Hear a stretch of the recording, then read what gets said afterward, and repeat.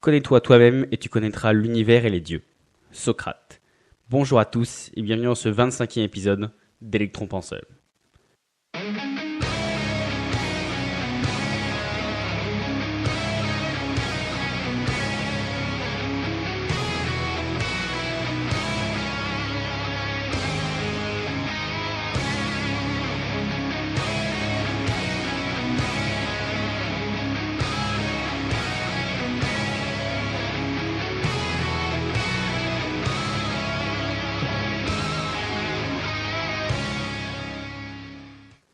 Donc bonjour à tous, donc si vous faites partie des rares auditeurs assidus, vous avez sûrement dû être surpris, outré et même déçu de ne pas voir que l'épisode il était pas sorti mercredi. Donc ne vous inquiétez pas, je vous ai pas abandonné, j'ai pas arrêté ou autre. C'est juste qu'en fait j'ai pas eu beaucoup de temps en début de semaine et que du coup j'ai préféré reporter la publication plutôt que de vous fournir un épisode qui soit juste bâclé ou inachevé. Donc voilà pour les explications, place à l'épisode.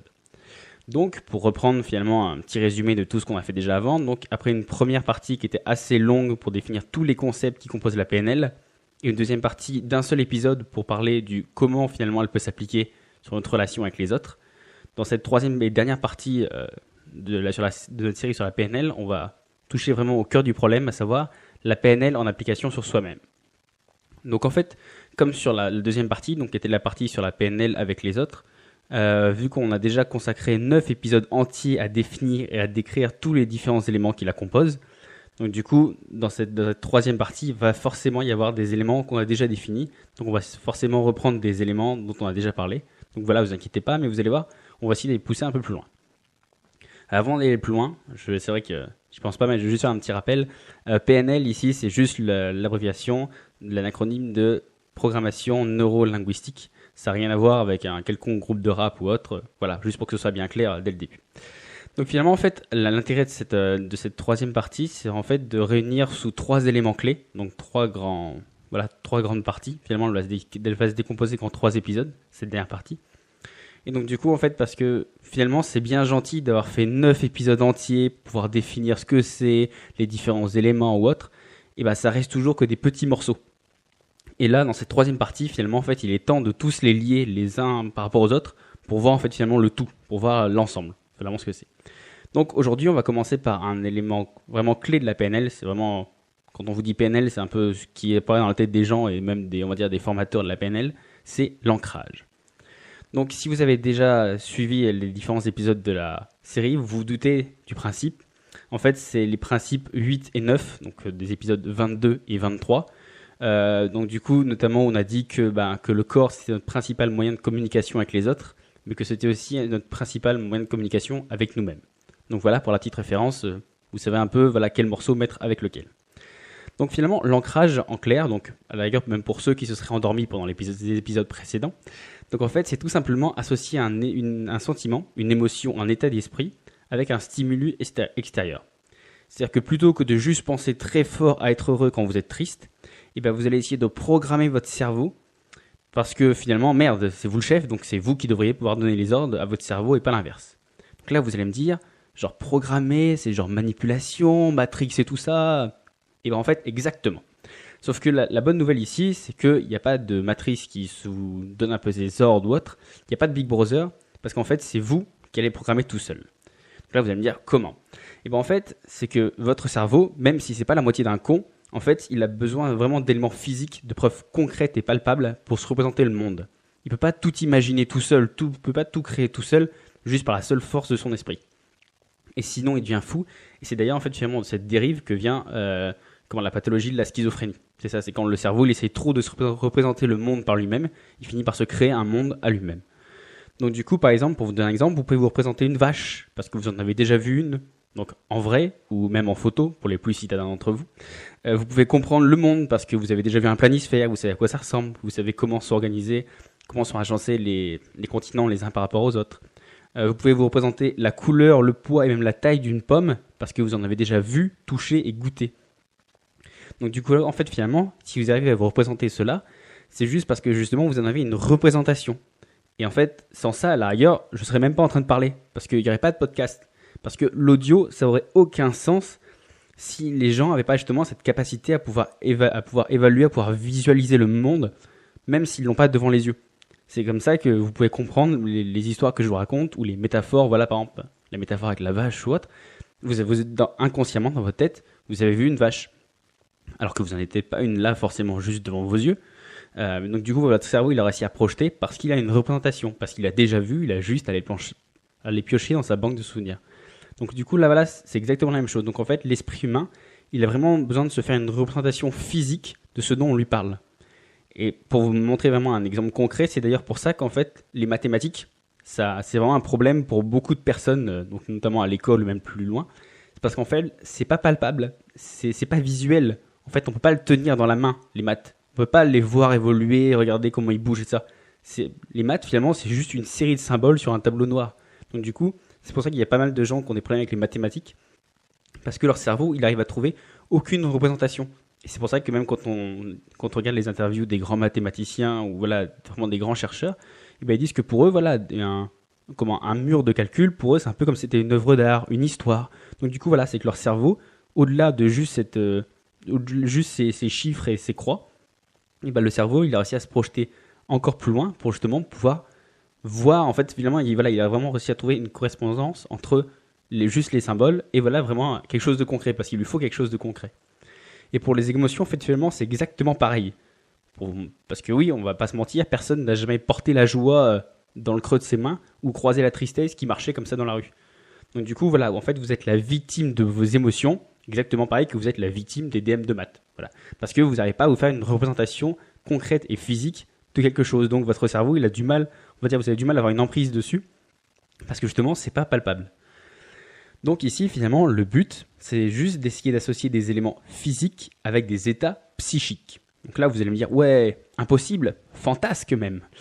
Et bien finalement, en fait, vous allez vous rendre compte que vous le faites déjà, mais sans vous en rendre compte. Pour vous illustrer ça, est-ce que vous souriez pas quand vous regardez des photos de vous avec vos potes quand vous étiez en vacances, au soleil, les pieds dans l'eau? Est-ce que vous éprouvez pas du regret quand vous voyez le ticket de la place de concert que vous avez raté? Est-ce que vous ne ressentez pas un peu de tristesse quand vous regardez le pull que votre ex elle a laissé juste avant de partir? Pourtant, finalement, il n'y a pas de magie. Dans le premier cas, ce sont juste des pixels. Dans le deuxième, c'est juste un morceau de papier. Et dans le troisième, c'est juste un bout de tissu. Alors finalement, pourquoi est-ce que vous ressentez des émotions juste à la seule vue de ces éléments? Et bien en fait, c'est parce que inconsciemment, votre cerveau, il a ancré l'émotion d'un instant, donc d'un instant précis, sur cet objet. Et depuis cet instant, et ben chaque vision de cet objet, elle vous renvoie à l'émotion que vous aviez à ce moment-là. Donc là, maintenant, vous commencez à vous dire que, ouais, finalement, je suis fou, mais peut-être pas autant que vous le pensiez. Mais en fait, finalement, comme on l'a dit, l'ancrage, en fait, c'est un encodage inconscient. C'est presque contre votre gré, en fait. Donc maintenant que vous savez que c'est possible, maintenant que vous savez que voilà, c'est vraiment une application. Voilà, vous avez forcément des objets autour de vous. Ça peut être des photos, ça peut être voilà juste un morceau de tissu ou autre, qui vous rappelle quelque chose, qui vous rappelle un événement et qui vous replonge dans un état d'esprit où vous étiez à ce moment-là. Donc maintenant en fait que vous savez que c'est possible, et ben c'est à vous de vous mettre à coder votre cerveau exactement comme une ligne de code sur Internet. À savoir qu'en fait finalement une ligne de code sur Internet, c'est que chaque décision, elle correspond à un ordre. Donc là pour reprendre l'exemple, c'est que chaque objet, musique ou image, il doit correspondre à une émotion. Ou plutôt dans l'autre sens, chaque émotion, elle doit correspondre à quelque chose de palpable. C'est vraiment pour ça, en fait, si vous voulez vraiment avoir une emprise sur quelque chose, il faut sur une émotion, parce que là c'est le sujet du jour, il faut en fait vraiment que vous arriviez un peu à vous visualiser cette émotion. Mais comme si vous essayez de la projeter sur un objet. Donc voilà, ça peut être, je sais pas, si voilà, ça peut être votre t-shirt préféré, ça peut être, je sais pas, une marque de chaussures que vous aimez bien, une musique que vous aimez bien, quelque chose en fait qui va vous rappeler un moment où vous étiez bien. Donc là, par exemple, si l'état que vous cherchez à avoir, c'est par exemple la joie ou la plénitude, et ben par exemple, voilà, quand vous êtes en plénitude, je sais pas, vous pourriez avoir des baskets que vous aimez bien quand vous marchez, tu sais, avec vos potes, et vous allez voir que si à chaque fois que vous vous sentez bien, vous mettez toujours les mêmes baskets, et ben au bout d'un moment, vous n'aurez plus qu'à mettre les baskets pour vous sentir bien. C'est mathématique. Enfin, c'est pas mathématique, mais presque. C'est presque mathématique, justement. Donc, du coup, finalement, en fait, c'est ça, c'est qu'à chaque objet ou image, ça doit correspondre à une émotion. Donc, voilà. Donc, finalement, vous vous rendez compte que vous pouvez mettre un peu de vos émotions juste en les projetant sur quelque chose de physique. C'est-à-dire pour ça qu'on va dire, même les gens qui sont énervés ou autres, qui sont souvent un peu brutaux, ils ont souvent tendance à, je sais pas, par exemple, casser des tasses ou casser, voilà, des objets, parce que finalement, ils font un peu une espèce de personnification de la tasse ou de l'objet, sur voilà leur émotion négative. Je sais pas, par exemple, il peut y avoir là, pour reprendre l'exemple, je sais pas, votre ex, elle vous a offert une tasse ou autre ou quelque chose, voilà, et qui vous lie directement à elle. Si à un moment vous êtes vraiment énervé contre elle, vous pouvez la prendre et la fracasser contre le mur. Ça a aucun sens pourtant. C'est juste c'est de la porcelaine et ça a aucun sens. Ça fera pas annuler les événements et ça. Mais c'est juste qu'en fait finalement vous avez projeté votre colère juste sur le bol. Et ben là c'est sur la tasse. Et ben là du coup c'est exactement la même chose. Donc là je vous dis pas non plus qu'il faut projeter votre haine sur tous les trucs de votre maison, sinon vous allez tout broyer. Mais voilà, essayez plus de le faire dans l'autre sens. C'est-à-dire essayez plus de, je sais pas, par exemple, il y a pas mal de gens qui ont, je sais pas un porte-bonheur, mais voilà, ça peut être, je sais pas, un porte-clés par exemple que vous pouvez accrocher les clés de votre maison. Quelque chose, voilà, qui, je sais pas, vous l'avez eu si vous êtes quelqu'un d'âgé ou vous l'avez eu avec vos petits-enfants ou quelque chose vraiment qui vous marque, qui vous relie à un instant précis avec une émotion forte associée à ce moment-là. Et vous verrez que finalement, à chaque fois que vous avez les clés, à chaque fois que vous allez regarder ce petit porte-clés que vous avez dans le creux de la main, et ben à chaque fois vous allez vous sentir bien parce que ça va vous projeter justement au moment où vous avez vraiment ancré le lien entre les deux, et ça vous reprojeter voilà, sur cet événement et sur l'émotion qui est liée avec. Mais attention, donc voilà, il y a quand même un petit hic, c'est qu'en fait finalement il y a une petite mise en garde, c'est que maintenant que vous savez que vous pouvez encoder, et bah dites-vous aussi que votre cerveau, comme on l'a vu de manière inconsciente, il encode aussi de son côté. Et pour vous illustrer ça, en fait, je vais vous montrer deux exemples même personnels, donc c'est pour ça que on va dire que je suis le mieux pour placé pour en parler. Donc le premier en fait, c'est que finalement c'était vers la fin du lycée et le début de la fac. Donc c'est un moment de notre vie où souvent il faut prendre le rythme de se coucher souvent tard et de se lever souvent tôt. Donc ça peut être, on va dire que quand on est au début, à la fin du lycée, il faut se coucher tard et se lever tôt parce qu'il faut travailler. Alors qu'on va pas se mentir, le début de la fac, si on se couche tard, c'est pas toujours pour bosser. Donc du coup, finalement, le réveil, à ce moment-là, c'est une véritable torture. Et je pèse vraiment mes mots, c'est vraiment une souffrance physique et mentale. Et tous ceux qui ont déjà dormi 4 ou 5 heures en devant se réveiller comprendront ce que je veux dire. Et donc du coup, finalement, moi, j'avais la merveilleuse idée de mettre comme sonnerie de téléphone la bande-son de la charge de la cavalerie Rohirrim dans Le Seigneur des Anneaux, le retour du roi. Je suppose que voilà, ceux qui sont un peu geeks ou qui l'ont déjà vu connaissent cette scène avec le soleil qui se lève derrière. Voilà, c'est vraiment une scène épique. Et même la musique, elle est épique. Donc du coup, je mettais ça le matin, ça me motivait à me lever. Sauf que, devinez qui est-ce qui a commencé à avoir des crises de panique et des montées d'angoisse en regardant cette partie du film, voilà, avec des amis ou autre. Et oui. Parce que finalement, en fait, mon cerveau, il avait associé ça avec l'événement traumatisant qui était de se lever, vraiment la souffrance physique le matin. Donc du coup, voilà, c'est-à-dire qu'inconsciemment, je n'y avais pas pensé, sinon je l'aurais pas fait. Donc du coup, inconsciemment, mon cerveau, il avait associé, voilà, quelque chose qui était banal, c'était juste, voilà, une bande son de film, avec, voilà, un événement vraiment traumatisant, et que du coup, juste de voir ou même d'entendre cette partie-là, ça suffisait justement à créer vraiment un mal-être physique et mental. Donc vraiment par rapport à cet événement traumatisant qui était le réveil. Donc du coup, voilà, alors pourtant inconsciemment, donc il l'avait associé. Donc faites attention à ça. Donc heureusement, ne vous inquiétez pas, maintenant j'ai relaissé la vieille sonnerie préenregistrée de mon téléphone comme réveil. Donc du coup, comme ça a participé à préserver ma santé mentale, notamment en regardant Le Seigneur des Anneaux, parce que j'aurais été prêt à mourir juste pour continuer à le regarder. Voilà. Le deuxième exemple dont je vais vous parler aujourd'hui, il parle à beaucoup d'entre vous. C'est qu'en fait, voilà, j'ai étudié étudiant, je suis encore étudiant, et en tant qu'étudiant, en fait, la partie la plus grande de mon appart, finalement, c'est mon lit. Donc du coup, je fais tout sur mon lit. Je travaille, je révise, je mange, je joue, je fais tout, quoi. Et du coup, en fait, finalement, ce que je me suis rendu compte, c'est qu'il m'est souvent très difficile de m'endormir. Et pourquoi, en fait? C'est parce que mon cerveau, il a assimilé mon lit avec le fait d'avoir un haut niveau de réflexion. Parce que voilà, du coup, il faut que je révise, il faut que par exemple, j'écris des épisodes ou autre. Donc du coup, il continue de vouloir travailler même quand je suis couché. Parce que lui, il n'a pas assimilé l'état couché ou autre, mais il a assimilé que si je suis dans mon lit, c'est fait pour bosser. Donc du coup, il se met en mode, genre, voilà, limite, ça peut me servir, maintenant que je le sais, je me mets plus au niveau de mon bureau ou autre. Donc du coup, je suis plus productif à ce niveau-là. Mais avant de m'en rendre compte, du coup, dès que je m'allongeais, mon cerveau il était en mode, bon, maintenant on va commencer à travailler sur tous les problèmes de la journée et les idées, et j'arrivais pas à dormir, voilà. Et pour preuve, pour vous dire voilà comme quoi je suis pas complètement fou, c'est que en fait finalement je me suis jamais aussi vite endormi que la fois où j'ai un pote qui est venu dormir, et donc du coup le grand seigneur, je laissais le lit et j'ai dormi par terre, et donc du coup en dormant par terre, je me suis endormi voilà, comme une souche, parce que finalement, mon cerveau, c'était un état neutre. C'était juste, je suis couché, il fait nuit, il faut dormir. Tandis que de l'autre côté, il avait vraiment assimilé le lit en tant que, ici, c'est une zone de travail, donc quand je suis là, il faut que je travaille. Donc il m'a suffi juste, en fait, on va dire, de déplacer cette zone de travail sur un bureau ou sur un... Ça m'évite voilà, de m'endormir sur mon bureau, par exemple, quand je travaille tard le soir. Donc du coup, voilà, parce que mon cerveau, il se met en mode, cet endroit-là, c'est fait pour bosser, cet endroit-là, c'est fait pour dormir. Voilà. Or, du coup, finalement, comme on l'a vu pour revenir après cette petite mise en garde, comme on l'a vu finalement dans la première partie, donc qu'on peut finalement encoder son esprit en mettant des éléments externes sur son propre comportement, sa propre attitude. Donc ça, c'était ce qu'on avait vu dans les différents concepts. Du coup, en fait, finalement, quand on va bien, les techniques de la PNL, en général, elles s'arrêtent là. C'est-à-dire qu'elles s'arrêtent juste de dire, si vous voulez ressentir un état émotionnel, il vous suffit juste de le projeter sur sur quelque chose d'externe, et quelque chose d'externe, c'est vous, mais vu de l'extérieur. Voilà, donc ça va être vos gestes, ça va être votre attitude, votre manière de parler. Donc du coup, aujourd'hui, comme vous l'avez entendu, j'aimerais aller encore un peu plus loin avec vous, plutôt que juste le corps, donc ce qui est déjà une très bonne base, et même un moyen très efficace, puisque, comme on l'a vu, voilà, même si vous avez fait les petits tests avant, que c'est très difficile, voire impossible, de s'énerver si vous êtes tout recroquevillé sur vous ou autre. Mais qu'en fait, je pense que c'est aussi intéressant de rajouter à sa palette de commandes, des éléments qui sont extérieurs. Et pour ça, je veux dire, pas besoin de se creuser la tête ou de forger une statuette dans un volcan en fusion. Non. Vous allez voir, il y a des choses toutes simples. Par exemple, votre t-shirt préféré. Et du coup, c'est juste un objet, c'est juste un morceau de tissu auquel vous avez associé un état de bien-être, de motivation, voire de chance même.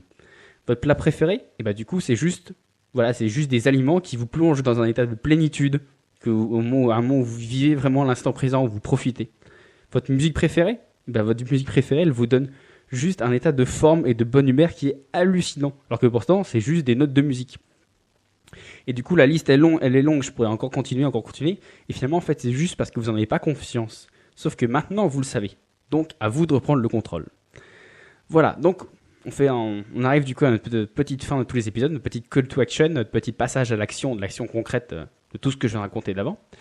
Donc, comme vous en doutez forcément, le call to action du jour, c'est en fait de trouver vous-même vos propres éléments extérieurs qui vont vous permettre de mettre vos émotions, votre motivation et votre état d'esprit en raccord avec des éléments extérieurs. Donc, pour vous donner encore un exemple, par exemple, pour me motiver, moi, pour aller à la salle de sport, ce que je fais en fait, c'est que je me lance un podcast sur la musculation. C'est toujours la même personne qui parle. Et d'ailleurs, même parfois, je l'écoute que d'une oreille et qu'en fait, finalement, ce qu'il dit, c'est finalement moins important sur ma motivation que juste le fait de l'écouter. Parce qu'en fait, on va dire, je me suis un peu conditionné à me dire, quand j'écoute ça, c'est que mon cerveau, il se met un peu dans l'état d'esprit de bon, allez, maintenant, il faut se motiver, maintenant, il faut y aller. Donc du coup, rien que de le mettre, ça me motive à y aller. Un autre exemple, par exemple, pour enregistrer cet épisode, je m'assois sur une chaise qui ne sert qu'à ça. Oui, j'ai un petit appart, mais j'ai beaucoup de chaises. Donc j'ai une chaise qui ne me sert qu'à ça. Et donc du coup, je m'assois sur cette chaise, je branche mon micro, et automatiquement, crac, mon cerveau il passe en mode épisode. Donc ça évite un peu de faire trembler ma voix, ou ça évite de me faire dire 93 fois « donc », comme je l'ai dit dans les premiers épisodes. Voilà, donc c'est vraiment genre des petits éléments qui font que ça accroche votre esprit, ça accroche un état psychologique. Donc ça peut être des grands états comme la joie, la peine ou autre, mais comme c'est grand et c'est un peu généraliste, c'est un truc qu'on a un peu souvent tendance à perdre le contrôle. Alors que souvent ça peut être des petits éléments comme la motivation ou la détermination, vraiment des petits éléments. Et à la limite, vous pouvez mettre autant d'émotions que vous voulez sur autant d'objets que vous voulez. Bon, évitez de le faire sur des objets un peu improbables, genre, des poêles ou du liquide vaisselle. Parce que je sais pas, par exemple, vous pourriez, si toute votre motivation à chaque fois vous la projetez sur le fait de vous servir du liquide vaisselle, c'est vraiment un exemple comme ça. Mais du coup, le jour où il n'y en aura plus, vous pourriez, pas tomber en dépression, mais du coup être triste parce que finalement c'est un objet éphémère. Ou c'est souvent ce qui se passe, par exemple, quand on perd un objet fétiche. Quand on perd un objet fétiche, on ressent finalement la tristesse ou autre, alors que c'est juste un morceau de tissu, mais parce qu'on est vraiment attaché une émotion forte derrière cet objet. Donc du coup, un dernier exemple, en fait, c'est que par exemple, ça peut être même juste quelque chose que vous mettez, un objet ou autre. Je sais que par exemple, moi, le simple fait de mettre ma capuche, parce que oui, si un jour vous me croiserez, vous verrez que je passe 90% de mon temps avec un sweat à capuche, et du coup, rien que le fait de mettre ma capuche, ça me plonge dans un univers de réflexion. Donc je me sers, donc même qui marche très bien pour moi. Par exemple, quand je manque d'inspiration ou que je dois réviser, donc par exemple, Quand il faut que je me mette à réviser One, donc je me mets ça. Quand je manque d'inspiration, que je dois réviser, ou que je manque d'inspiration pour réviser. Les deux. Donc du coup, finalement, à votre tour de devenir en fait votre propre Big Brother et de pas vous laisser dicter vos émotions par ce cerveau tout puissant, de tester vous-même ce qui marche pour vous, de vous trouver vos propres objets fétiches par rapport aux émotions que vous voulez ancrer. Et du coup, moi je vous dis à la semaine prochaine, donc mercredi cette fois. Et puis bonne recherche et bonne découverte. Ciao.